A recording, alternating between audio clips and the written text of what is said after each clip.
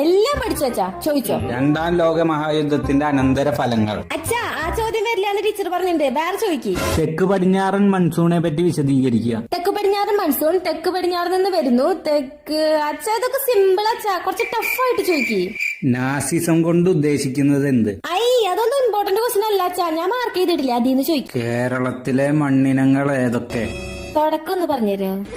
കേരളത്തിലെ മണ്ണിനങ്ങളെ കേരളത്തിലെ മണ്ണിനങ്ങളെ വിവിധ തരത്തിൽ തരംതിരിച്ചിരിക്കുന്നു. അതിൽ തീരദേശ മണ്ണ്.